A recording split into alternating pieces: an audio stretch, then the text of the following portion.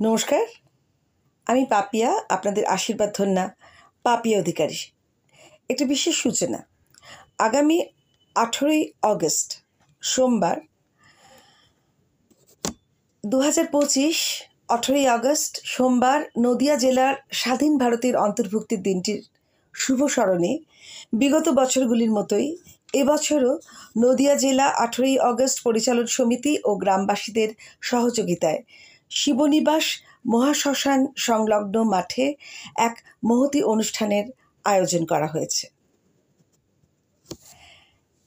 এবছর 18ই আগস্ট সোমবার 2025 আমি পাপিয়া আপনাদের ওখানে উপস্থিত হব ঠিক বিকেল 5টায় আপনাদের এই মহতী অনুষ্ঠানে যোগ দিতে।